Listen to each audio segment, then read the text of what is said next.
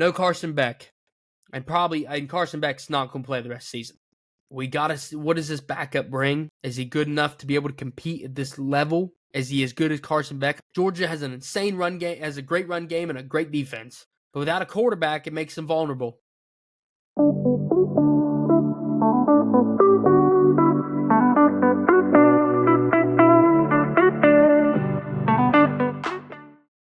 What's going on, YouTube? Welcome back to TCAM Sports Podcast. I'm your host, Cameron Tracewell. Now, it's been it's been about 10, 11 days since I really posted my last podcast. And what we were talking about in the last podcast was going into rival week, right? Michigan, Ohio State. A lot of things went into week 13. Week 14, sorry. Michigan, Ohio State. We're talking about South Carolina and Clemson, right? South Carolina came out with a win. Michigan beat Ohio State, which was absolutely crazy. West Virginia got destroyed by Texas Tech. I know that's not a rival game, but 52-15 is absolutely embarrassing. We had Miami lost to Syracuse, pretty much knocked them out of the playoffs, knocked them out of this contention, so that was crazy. We had the Iron Bowl, Alabama and Auburn. Alabama dominated Auburn throughout that game. Texas and Texas A&M. Later on in that evening, we had Texas beat them 17-7. Then Iowa State took out Kansas State to help make their chance for the Big 12 championship game. So this past weekend was championship weekend. And championship weekend was a little bit interesting. We had a bunch of games.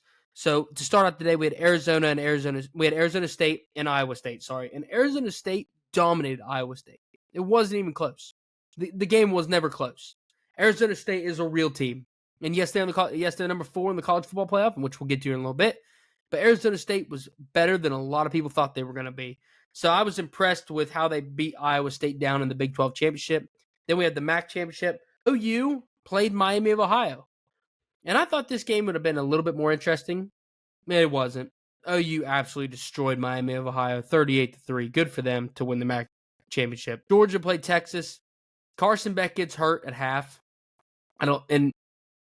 So the update really thing on Carson Beck is I don't think he's going to play in the college football playoff. I think he's got that Brock Purdy injury that Brock Purdy had when they played the Eagles in the NFC Championship game a couple years ago. I think that's the same thing that Carson Beck has, and I don't think he's going to play in the college football playoff, which is going to impact Georgia's success from here. So we'll get to that a little bit later in the episode here. But they got the job done. They beat Texas twice now. Texas's 2 losses of the season have come to Georgia. And Kirby somehow finds a way to get it done when it matters the most. So Georgia got the win over Texas in overtime in the SEC, and they won the SEC championship. Marshall played Louisiana, the Raging Canes, and for the Sun Belt. People thought that would be competitive. It wasn't. Marshall absolutely blew out Louisiana, 31-3. Oregon and Penn State. So people, when it came to the Big Ten championship game, we all knew what Ohio State and Oregon game was. It was electrifying. No defense. Great offense. So we thought, well, let's see what Penn State can do against Oregon. And it's the same thing we found out with Ohio State. No defense, awesome offense. Now, Oregon did get 2 picks on Drew Allar. That make much difference? Not really, because the scoreline was 45-37. It's not really that big of a difference in scoreline there. Penn State had an opportunity to win the game, and the thing we learned about Oregon, we've learned the same thing I've talked about all season about Oregon, is the reality. Their defense is average. It's just as good as anybody else's defense in the Big Ten right now. Their offense is the best in the country. I can't think of a team, even SEC, Big 12, Boise State, it doesn't matter. They're in the ACC that can stop this offense. Dylan Gabriel's elite. I don't know anybody who can stop this offense. So that's why Oregon's 13-0. Clemson and SMU for the ACC championship game. Everybody thought SMU was going to win this game and be more competitive throughout the first half. And if they would have won this game. But Clemson dominated the first half of this game. And then all of a sudden, SMU comes out of nowhere and gets back in the football game. And Dabo Swinney and Clemson have to hit a 50-yard field goal to win this game. And that's never happened before. Clemson sneaks their way in the college football playoff. SMU's in. Our Friday games, Boise State got themselves in the college football playoff by taking out UNLV. Army had a great season. 11-1 season. The only loss was to Notre Dame. Army had a great season, in my opinion. And they play this week against Navy, which I think they will win. Army had an awesome season. For a team that doesn't throw the football, and I know people say, well, they should make the college football playoff, but they don't throw the ball. Army threw in their game against Tulane 2 passes for 17 yards and ran the rest of the game. Army won 35-14, but Army's defense is good, and Army's run game is great. Their pass game is not very good, so I wouldn't have took Army over Tulane at all. Jacksonville State took out Western Kentucky, beat them 52-12. Rich Rodriguez was the head coach, Jacksonville State, and by the time this episode comes out, I think he's going to be the head coach of the West Virginia Mountaineers. Good to have you back, Coach. Glad to have you back. It's, Neil Brown got fired from WVU. And listen, Neil's a good guy, and Neil can coach ACC level ball. He's a run first, kind of like a Georgia Tech football style of football. Big 12 that doesn't work.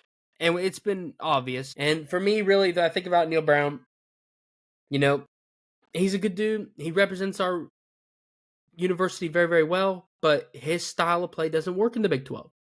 It's not his fault, but it's better for both parties. For him to move on and find success, for WVU to move on and find success, and to go back to Rich Rodriguez, who's proven himself at Jacksonville State, who had a winning record at Arizona, who was the offense coordinator at Ole Miss. Leaving WVU can be a mistake, but also, it can be redeemed. So let's see if WVU can be redeemed with Rich Rodriguez's leadership. So just bringing that up. Anyway, college football playoff, right, was announced. We got our bracket.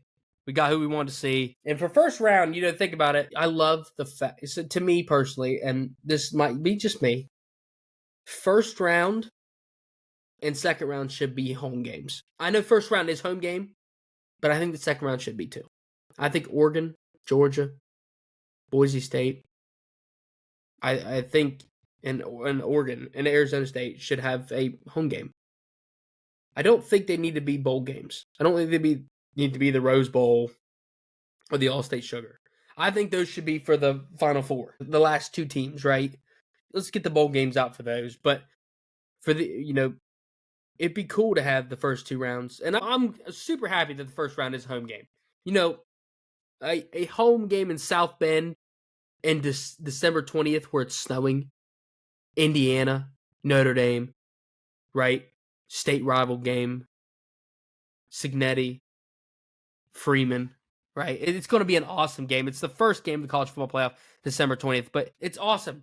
I think home games in college football for the college football playoff are awesome. I think the first and second round would benefit, and after that, your last, your top, your 2 teams here and 2 teams just like the before, right? Your Final Four are get the bowl games and then the national championship. Penn State's going to be Penn State and SMU, Texas and Clemson, Ohio State, Tennessee. So that's our first round. So here's my predictions. I'll just give them out. I really will. I'll give them out to you guys. I mean, Indiana, Notre Dame, I think it's Indiana. I think it's Signetti. I think Signetti sat around and thought, the only team we lost to is Ohio State. Notre Dame has played a couple good teams, Army being one of them and beating them. But Notre Dame's vulnerable, and they've shown their vulnerability throughout the season. I mean, they have. Yes, they have won good games, but they played a competitive game against Louisville and could have lost. Could have lost to Louisville. And then outside of that, I mean, they haven't really played anybody that's been all that great. So, and they played Texas A&M at the beginning of the season, but I think if you squared them with Texas A&M right now, Texas A&M could beat Notre Dame. Notre Dame has one of the best secondaries of all of football. Their secondary is insane. But it's the faith in Riley Leonard that I have a problem. I don't have a problem with Marcus Freeman and the defense. Notre Dame has a real defense.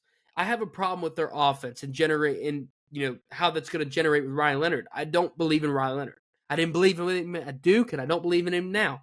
And you're telling me to go against Signetti in the Big Ten, who his only loss was to Ohio State. And he's played better competition than Notre Dame has.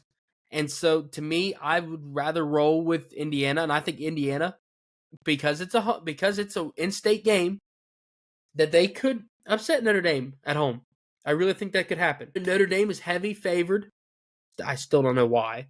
I don't know why they're 7.5 favorite. I know their defense is good, but I don't think they're this crazy good to be getting that high of a favor over a in-state game there. But that's just me. I'm going to roll with Indiana over Notre Dame. SMU, Penn State. I got to roll with Penn State. Now, do I think SMU can make them competitive? Yeah, I do. I think SMU can make it interesting. but an all whiteout Penn State, right? That's got something to prove. I'm going with Penn State over SMU. It's at Penn State. You got to give me Penn State. Clemson and Texas. This is where it gets interesting because Quinn Ewers and Cade Klubnik have a little bit of history there. I'm pretty sure they have some history of playing football against each other.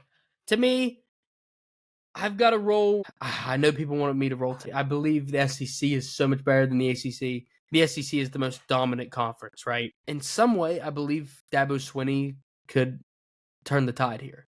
Dabo's experience in the big moments. He's won national championships. And to me, when I look at Clemson, I don't think they're a great team, but I don't think they should be a team to be ignored. I'm going to go with Clemson. I know Steve Sarkisian has a better team. I know Quinn Ewers is better than Caden. But, I mean, listen.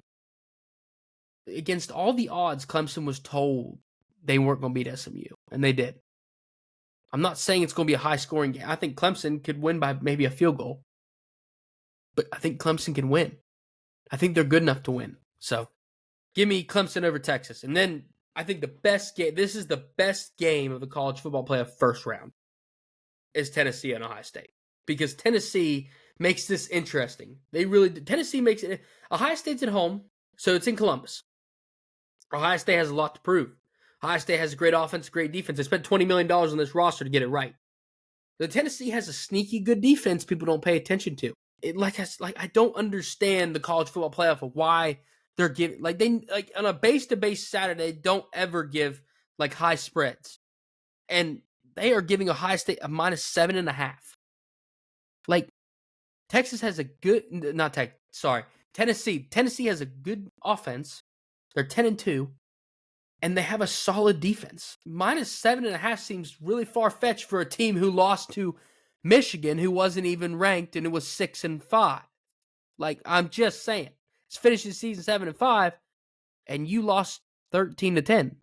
But we're going to favor Tennessee. We're going to favor Ohio State by more than a touchdown over Tennessee. Absolutely insane to me. Just insane to me. I know Ohio State's great. I know Ohio State should win this game easily. But to favor them that far over Tennessee's insane to me. Tennessee has had a solid season. They've been in the run. And listen, they lost to Georgia, but they lost 31-17. They competed throughout the game. Tennessee's competed throughout. They beat Alabama 24-7. They beat Oklahoma 25-15. I mean, their defense has been kind of solid all season. They had some bad losses. They lost to Arkansas and they lost to Georgia. But I mean, losses can happen. But to say it's going to be that big of a margin is insane. Now, if you told me Ohio State by 4.5, sure, I can get behind it. I'll get behind that. 6, 5.5, 5.5. Okay, I can get behind it. Can I get behind Tennessee losing by more than a touchdown? Not really. I can't see it. I'm going to roll with Ohio State. I am.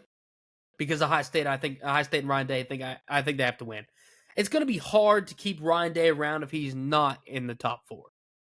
To me, that's really hard to get around for him to keep his job right now. So that's how I feel. So the college football play, I know I kind of ran through it a little bit. And could I go to the next round, right? So the second round, I think Boise State loses to Penn State if they match. That's just personally to me. If Penn State gets in, I think Boise State loses. I think that's what Arizona State, if they meet Texas or Clemson. I think Arizona State has a good shot with Clemson.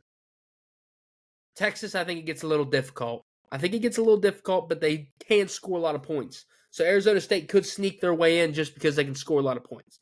Oregon, Ohio State, if Ohio State gets in over Tennessee, then I think Ohio State has to win. If Tennessee gets in, I think Oregon will win by landslide because Oregon's offense is unstoppable. And I don't think Tennessee can keep up with them. So I would roll with Oregon. And then Georgia. So this is where we talk about Georgia. No Carson Beck. Carson Beck's not going to play the rest of the season. We got to see, what does this backup bring? Is he good enough to be able to compete at this level? Is he as good as Carson Beck? I don't think so. Georgia has an insane run game, has a great run game and a great defense. But without a quarterback, it makes them vulnerable. And having to match up with Indiana and Notre Dame in the first round is going to be, they have a chance. But to meet if they meet Penn State, it might be over. It might be over.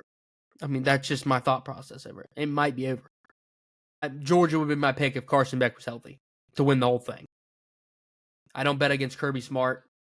Kirby Smart's one of the best coaches in college football for a reason, and he's probably the best coach in college football since Nick Saban's retirement. But to me, without a quarterback, it's almost impossible to win a national championship. You could do it. He probably can, and maybe his backup's good enough to do it, but we haven't seen enough, and I didn't see enough versus Texas to tell me that he could ultimately get it done. I saw enough from the defense and the run game that told me they can get it done. From the quarterback position, I don't know. And if you take out the passing, it makes it vulnerable. It makes it easy for a defense, right? So that's my only worrisome about Georgia. I think let's see what they do. The bye is going to help Georgia a bunch, right? But we got to see who they pair up with. If they pair up against Notre Dame, it's going to be tougher for them because Notre Dame's secondary is super good. Notre Dame's defense is good, and Notre Dame ain't going to have to do a lot to be able to, in my opinion, to be able to compete with Georgia if the starting quarterback isn't, who we think he needs to be. Indiana could get a little bit more interesting. I don't think their defense is as good as Notre Dame's, but their offense is good. Their offense is fast. So, like I said, it just depends. It all depends, right? We just got to see where Georgia's going to fit with the quarterback problem, right? We got to see how they play without him. They only played a half. And one pass from Quinn Ewers could have changed that entire game. Could have changed the whole reality for this. They could be playing in this Clemson right now, right? They could be playing Clemson right now. So we just don't know because we haven't seen enough. So that's my whole thought process for college football play. And we'll cover more down the road, but that is my little bit my college football playoff take. I don't want to talk, my prediction, going forward because anything can happen. Until the first round happens, then we'll talk about the rest. But I want to see the first round and then the second round, who they get their matchups with. Bill Belichick being hired at UNC. Man, that's crazy. I didn't expect. Here's my thing with Bill Belichick. I don't know how that UNC, I don't know how that benefit. I know he has history there, family, a little bit of family history. I get it, you know what I mean? But I don't know how that benefits Bill Belichick at all. I don't know how Bill Belichick's style of coaching is going to. I mean, I know he's one of the best. He's probably the best coach that's ever coached football. He really is. Probably the greatest coach ever. But I would expect it, an SEC school or something, right? If he's going to go back to college, he's got to get Big Ten, SEC, somebody who's, can draw a lot of attention, right? And help him get a bunch of players. Maybe it's just me that's thinking wrong. Maybe he's thinking about going to the ACC and be able to dominate football. And, he's talked about, right, being like a home, if he coached college football, it'd be like a place for him to help players get to the pros. And listen, I'm telling you, anybody who gets on a Bill Belichick defense is going to possibly be able to go pro because he's one of a kind. But I don't know. I don't know how to feel about it. It's interesting for me, really. I don't know how to feel about that. So that is really for me overall. That is a little bit of college football. That is the most important stuff to talk about. NFL, I'll just jump into it, highlight a little bit. Buffalo clinched their division. Aaron Rodgers is done for the season. The Patriots are done for the season. Not for the postseason. Cleveland's out for the postseason. Jacksonville, Tennessee, the Raiders, the Giants, and that's pretty much all the teams that have been eliminated up to this point.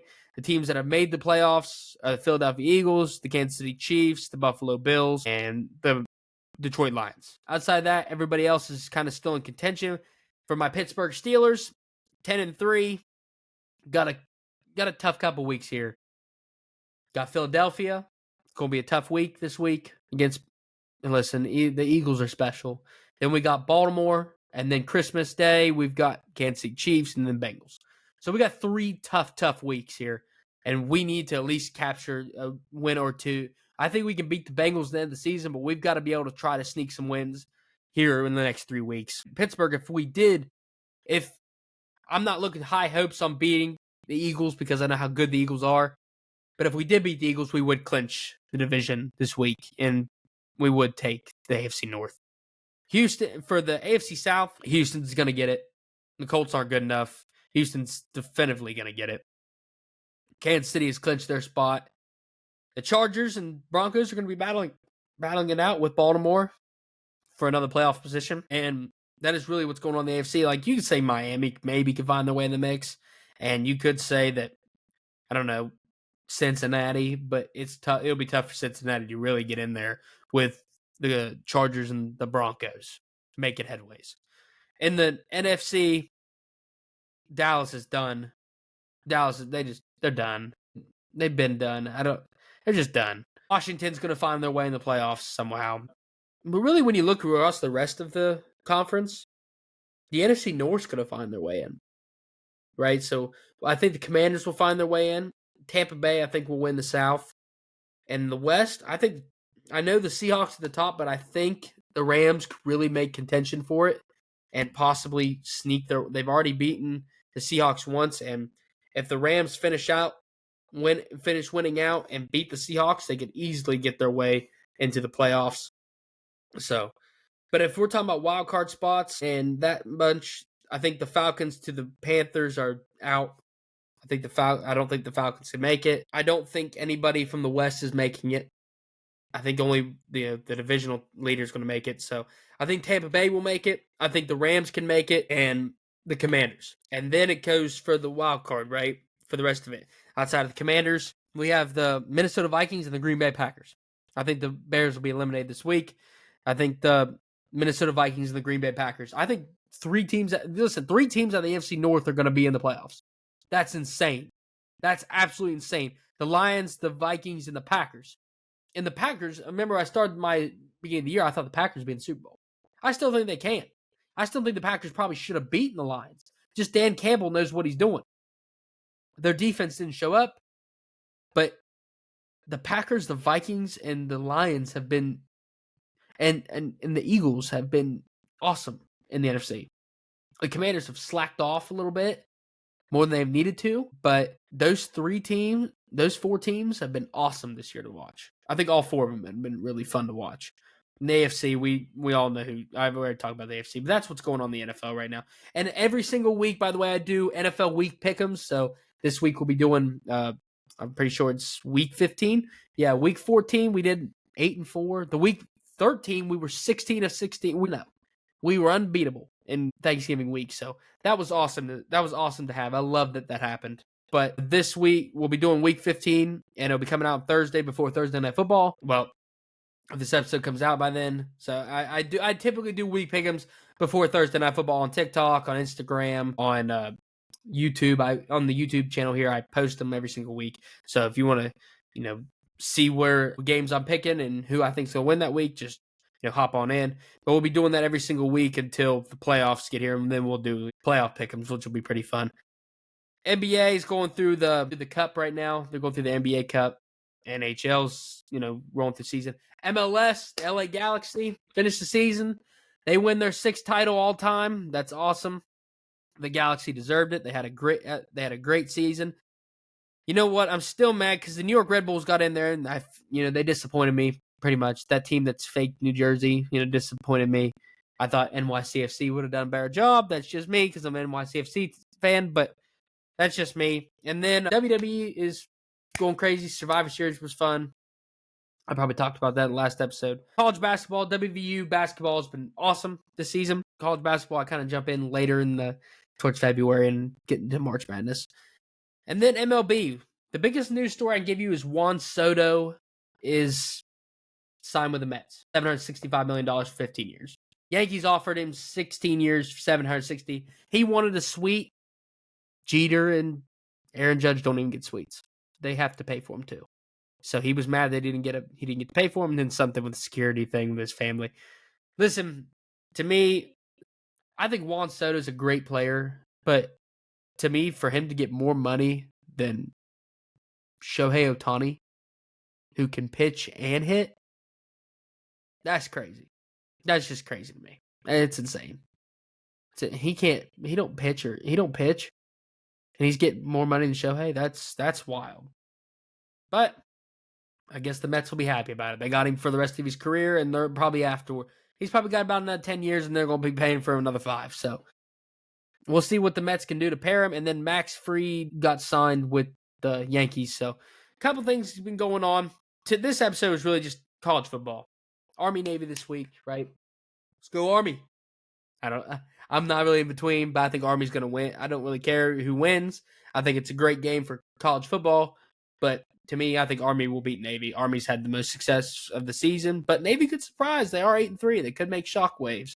So, but I want to talk about the college football playoff. Hope y'all enjoy this episode and come follow the TikTok, the Instagram, the Twitter. Every couple days, really. I kind of talk about, every week I talk about college football and highlight about the NFL and any breaking news. So, ladies and gentlemen, hope you all enjoyed this episode, and I'll see y'all later.